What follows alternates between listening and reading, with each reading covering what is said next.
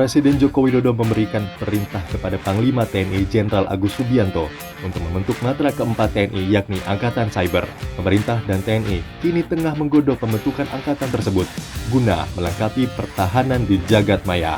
Ancaman cyber terhadap sistem pertahanan negara bukanlah hal yang baru.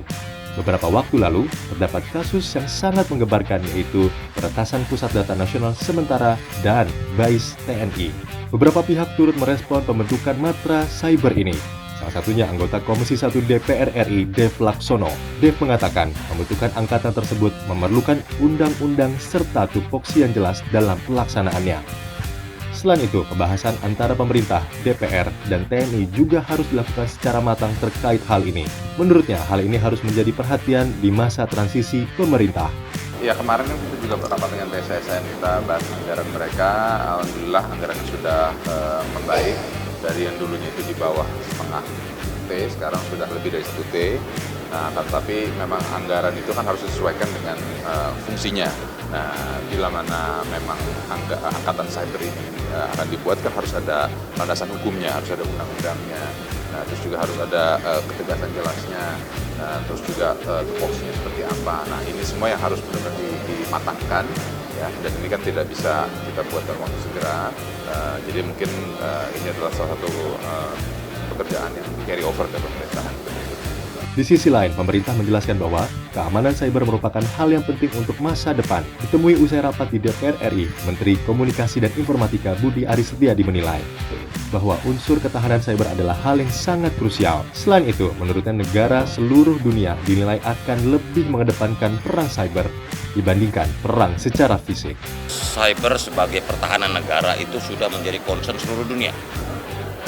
Karena perang ke depan ini juga memperhatikan atau memerlukan unsur ketahanan siber.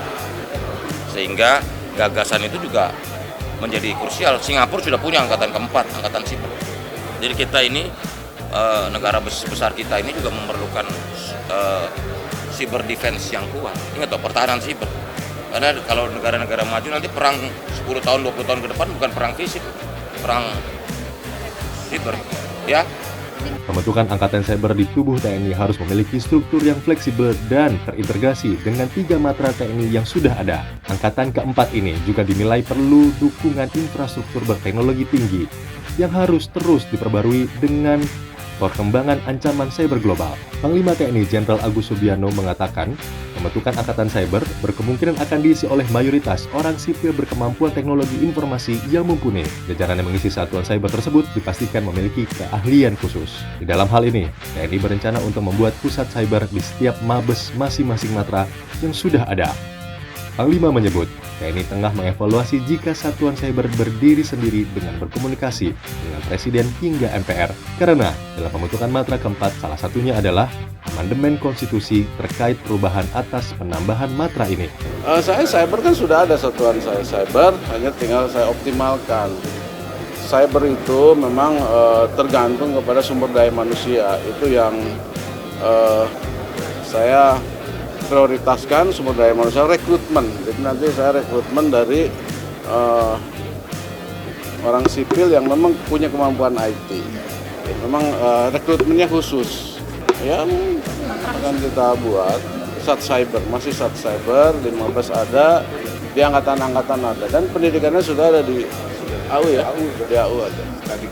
Stadik cyber sudah. Tinggal memang sumber daya manusianya aja ini yang kita harus rekrut dari anak-anak yang keluaran sekolah SMA ataupun dari universitas. Memang kalau cyber itu kan beda dengan satuan-satuan lain ya dari sini. Jadi memang mungkin akan lebih banyak orang sipilnya ASN. Karena yang kita pentingkan kan keahliannya. Dan itu rekrutmennya, pendidikannya beda. Sedang kita evaluasi satuan cyber yang ada. Kapan jadi masukan ke pemerintahan baru? Saya sudah diperintahkan oleh Bapak Presiden untuk kemarin juga dari MPR, Ketua MPR waktu pidato untuk membuat angkatan keempat saja.